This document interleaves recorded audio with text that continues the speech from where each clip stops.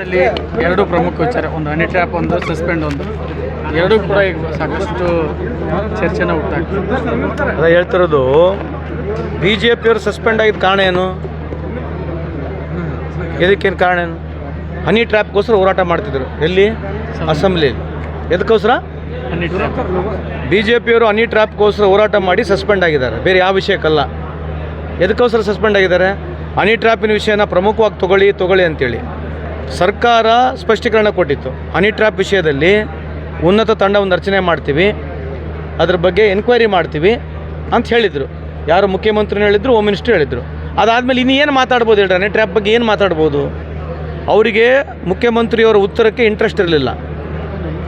ಯಾವಾಗಲೂ ಪ್ರತಿ ಬಡ್ಜೆಟ್ನಲ್ಲಿ ಯಾವಾಗ ಮುಖ್ಯಮಂತ್ರಿ ಉತ್ತರ ಕೊಡಬೇಕಂತಾರೆ, ರಿಪ್ಲೈ ಕೊಡಬೇಕಂತಾರೆ, ಅವಾಗೊಂದು ಕಾರಣ ಬೇಕು.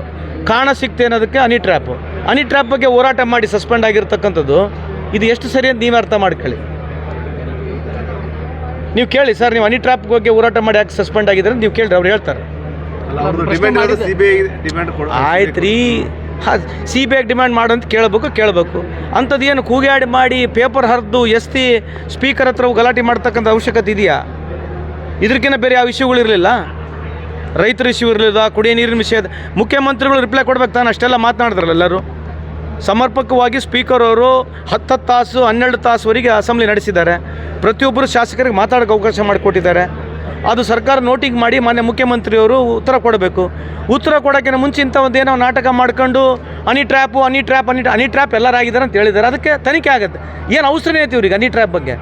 ಅಂದರೆ ಪ್ರಚಾರ ಗಿಡಿಸ್ಕೋಬೇಕು, ಟಿ ವಿಯಾಗಿ ಬರಬೇಕು, ಮಾಧ್ಯಮದ ತೋರಿಸ್ಬೇಕು, ಅದು ಬಿಟ್ಟರೆ ಬೇರೆ ಏನಿದೆ ಈಗ ಆಗಿರ್ತಕ್ಕಂಥ ಏನು? What is the achieved? Ultimately what is their achievement? ಈಗ ಪ್ರಶ್ನೆ ಮಾಡಿದ್ದು ತಮ್ಮ ಸಚಿವರೇ ರಾಜಣ್ಣ ಅವರು, ಅವ್ರ ಮಗನೂ ಕೂಡ ಹೇಳಿದ್ದಾರೆ ವಂಚೆ ಹಾಕಿ ಪ್ಲ್ಯಾನ್ ಮಾಡಿದ್ದಾರೆ ಅಂತ. ಸೊ ಹೀಗಾಗಿ ನ್ಯಾಯ ದೊರಕಿಸ್ಕೊಡ್ಬೋದು ಅಲ್ರಿ. ನ್ಯಾಯ ಅಸೆಂಬ್ಲಿಯಲ್ಲಿ ದೊರಕಿಸ್ಕೊಡ್ಬಿಡ್ಬೋದಾ? ಏನಪ್ಪ ನೀವು ಕೇಳಿದ ಪ್ರಶ್ನೆಗೆ ಉತ್ತರ ಕೊಟ್ಟು ಮತ್ತು ಅದಕ್ಕೆ ಇನ್ನೇನು ಹೇಳ್ಬೇಕು ಹೇಳಪ್ಪ. ಈಗ ಒಬ್ಬ ನೀವೇ ಮುಖ್ಯಮಂತ್ರಿ ತನಿಖೆ ನಡೆಸ್ತೀನಿ ಅಂತ ಹೇಳಿದ್ಮೇಲೆ ಅಲ್ಲೇ ಏನಾದ್ರು ಉತ್ತರ ಕೊಟ್ಬಿಡ್ಬೋದಾ? ಹೇಳ್ರಿ, ಅರ್ಥ ಮಾಡ್ಕೋಬೇಕು. ಇದು ರಾಜಕೀಯ ಇದೆ. ಆಮೇಲೆ ದಯಮಾಡಿ ನೀವು ಹನಿ ಟ್ರ್ಯಾಪ್ ಅಂತಕ್ಕಂಥ ಪದನ ಕಮ್ಮಿ ಬಳಸಿದರೆ ಎಲ್ಲೋ ಒಂದು ಜಾಗದಾಗ ರಾಜ್ಯ ಜನಕ್ಕೆ ಸ್ವಲ್ಪ ಅನುಕೂಲ ಆಗುತ್ತೆ ಅಂತ ನನ್ನ ವೈಯಕ್ತಿಕ ಅಭಿಪ್ರಾಯ. ಎಷ್ಟಲ್ಲಿ ಆಗ ಹನಿ ಟ್ರ್ಯಾಪ್ ಇದು ಒಂದು ಈ ವ್ಯವಸ್ಥೆ ಬಗ್ಗೆ, ಇದಿರ್ತಕ್ಕಂಥ ವ್ಯವಸ್ಥೆಯಲ್ಲಿ ನಮಗೆ ನಾಚಿಕೆಗೇಡಾಗಿದೆ. ಇದ್ರ ಬಗ್ಗೆ ನಾನು ಏನು ಸಮರ್ಥನೆ ಮಾಡ್ಕೊಳ್ತಿಲ್ಲ, ವಿಷಾದನೂ ವ್ಯಕ್ತಪಡಿಸ್ತೀನಿ. ಈ ಅಂಥದ್ದು ವ್ಯವಸ್ಥೆಯಲ್ಲಿ ನಾವಿದ್ದೀವಿ. ಬೇರೆ ದೇಶಗಳು, ಬೇರೆ ಪ್ರಪಂಚದಲ್ಲಿ ಹಲವಾರು ದೇಶಗಳು ಬೇರೆ ಬಗ್ಗೆ ಮಾತನಾಡ್ತದೆ.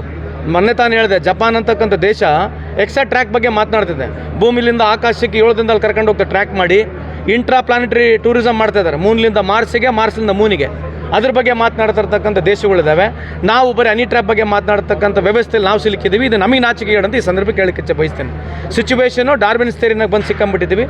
ಹಂಗಾಗಿ ನನಗೆ ವಿಷಾದ ಇದ್ರ ಬಗ್ಗೆ. ಆದರೆ ನೀವು ಕೇಳಿರ್ತಕ್ಕಂಥ ಪ್ರಶ್ನೆಗೆ ಇಷ್ಟೇ ಉತ್ತರ ಕೊಡಲಿಕ್ಕಾಗತ್ತೆ. ಇದ್ರ ಮೇಲೆ ನನಗೆ ಯಾವುದು ಉತ್ತರ ಇಲ್ಲ ಅಂತ ತಮ್ಮಲ್ಲಿ ಯಾವುದೇ ಚಟುವಟಿಕೆಯಲ್ಲಿ ಭಾಗಿಯಾಗಲ್ಲ. ಅಲ್ರಿ, ಒಂದು ಲಿಮಿಟ್ ಇರ್ತೈತೆ ರೀ ಬಿಹೇವ್ ಮಾಡೋಕೆ ಅಸೆಂಬ್ಲಿಯಲ್ಲಿ. ಒಂದು ಬಿಹೇವಿಯರ್ ಸರ್. ಈಗ ನಮಗೆ ಪಾರ್ಲಿಮೆಂಟ್ನಾಗ ಮಾಡಿಲ್ವಾ?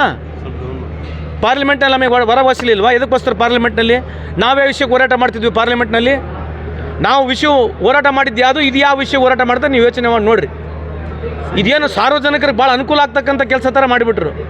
ಏನೋ ಸಾರ್ವಜನಿಕರಿಗೆ ಭಾಳ ಅನಾನುಕೂಲ ಆಗಿಬಿಟ್ಟಿದೆ, ಅನ್ಯಾಯ ಆಗಿದೆ ಅಂತ ಹೋರಾಟ ಮಾಡಕತ್ತಾರೆ. ಅದು ಹೇಳಿರ್ತಕ್ಕಂಥ ನಮ್ಮ ಸರ್ಕಾರನೇ, ನಮ್ಮ ಸಚಿವರನ್ನೇ ಹೇಳಿದ್ದಾರೆ. ಇವರೇನು ಅದ್ರ ಬಗ್ಗೆ ಮಾತನಾಡಿದಾರಾ? ನಾವೇ ನಮ್ಮ ಸಚಿವರು ಬಂದು ಪ್ರಸ್ತಾವನೆ ಸಲ್ಲಿಸಿರ್ತಕ್ಕಂಥದ್ದು ಅಸೆಂಬ್ಲಿಯಲ್ಲಿ. ಅದ್ರ ಬಗ್ಗೆ ಸಮರ್ಪಕವಾಗಿ ಸರ್ಕಾರ ಮಾಡುತ್ತೆ ಅಂತ ಹೇಳಿದಾದ್ಮೇಲೆ ದೂರು ದಾಖಲೆ ಮಾಡಿಲ್ಲ ಸರ್ ಸಚಿವರು. ಒತ್ತಡ ಆಯ್ತಾ ಸರ್?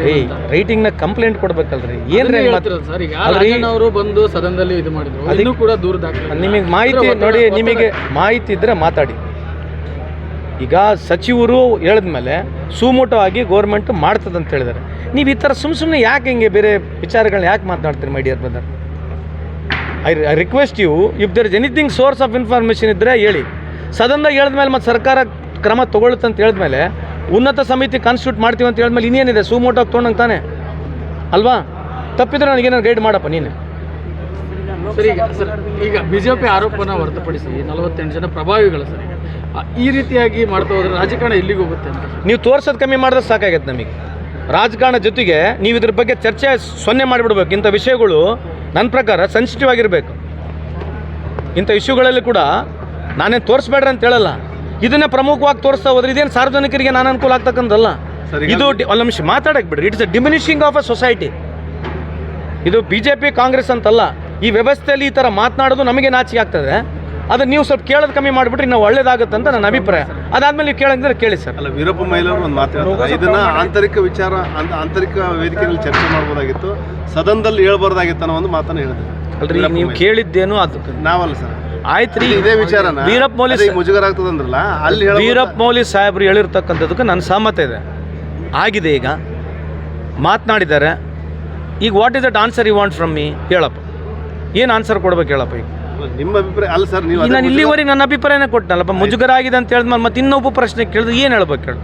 ಅದೇ ಅಭಿಪ್ರಾಯ ಇರ್ತದೆ ನೋಡಿ. ಲೋಕಸಭಾ ಏನೋ ಈ ನಮ್ಮ ಮುಂದೆ ಬರ್ತಕ್ಕಂಥ ಚುನಾವಣೆಯಲ್ಲಿ ಡಿಲಿಮಿಟೇಷನ್ ಆಗಬೇಕಂತದ್ದು ಏನು ಪ್ರಸ್ತಾವನೆ ಇದೆ. ನಾವು ಸೌತ್ ಇಂಡಿಯಾದವರು, ಏನು ನಮ್ಮ ಸೌತ್ ಇಂಡಿಯಾದವ್ರು ನಾವೇನು 5 ರಾಜ್ಯಗಳಿದ್ದೀವಿ, ನಾವು ಯಾವಾಗಲೂ ಸೆನ್ಸರ್ನ ವಿಶೇಷವಾಗಿ ಪಾಪ್ಯುಲೇಷನ್ ಕಂಟ್ರೋಲ್ ಮಾಡ್ಕೊಂಡು ಬಂದಿದ್ದೀವಿ. ಪಾಪ್ಯುಲೇಷನ್ ಕಂಟ್ರೋಲ್ ಮಾಡ್ಕೊಂಡು ಬಂದಿರತಕ್ಕಂಥ ರಾಜ್ಯಗಳು ಎಲ್ಲ ಸೌತ್ ಇಂಡಿಯಾ ರಾಜ್ಯಗಳಿದ್ದಾವೆ. ಇವತ್ತು ಯಾವ ಮಾನದಂಡಗಳನ್ನ ತಗೊಂಡು ಡಿಲಿಮಿಟೇಷನ್ ಮಾಡ್ತಾರಂತಕ್ಕಂಥದ್ದು ಆತಂಕ ನಮ್ಮೆಲ್ಲರಿಗಿದೆ, ಪಕ್ಷಾತೀತವಾಗಿ ಎಲ್ಲರಿಗಿದೆ. ಯಾಕಂದರೆ number of representation south India ಕಮ್ಮಿ ಆದರೆ ನಮಗೆ ತೊಂದರೆ ಆಗತಕ್ಕಂಥ ಆತಂಕ ಎಲ್ಲ ಪೊಲಿಟಿಕಲ್ ಪಾರ್ಟಿಗಿದೆ ಅಂತ ನಾನು ಭಾವಿಸ್ತಾ ಇದ್ದೇನೆ. ಅದಕ್ಕಾಗಿ ಇದು ಲಾರ್ಜರ್ ಇಂಟ್ರೆಸ್ಟ್ ಆಗಿ ಎಲ್ಲ ಪೊಲಿಟಿಕಲ್ ಪಾರ್ಟಿಗಳು ಸೇರಬೇಕು, ಇದ್ರ ವಿಚಾರ ಆಗಬೇಕು. ಅದಕ್ಕಾಗಿ ಇದೊಂದು ವ್ಯವಸ್ಥೆ ನಡೀತಾ ಇದೆ ಅಂತ ಈ ಸಂದರ್ಭಕ್ಕೆ ಹೇಳಲಿಕ್ಕೆ ಇಚ್ಛೆ ಬಯಸ್ತೇನೆ. ಸರ್, ಈಗ ಸಭಾಪತಿಗಳು ಹೊರಟ್ಟೆ ಅವರು ಹೇಳ್ತಾ ಇದ್ದಾರೆ, ಹೆಚ್ಚಿನ ವಿಡಿಯೋಗಳಿಗೆ ಪ್ರತಿಧ್ವನಿ ಯೂಟ್ಯೂಬ್ ಚಾನೆಲ್ ಸಬ್ಸ್ಕ್ರೈಬ್ ಮಾಡಿ, ಬೆಲ್ ಐಕಾನ್ ಕ್ಲಿಕ್ ಮಾಡಿ.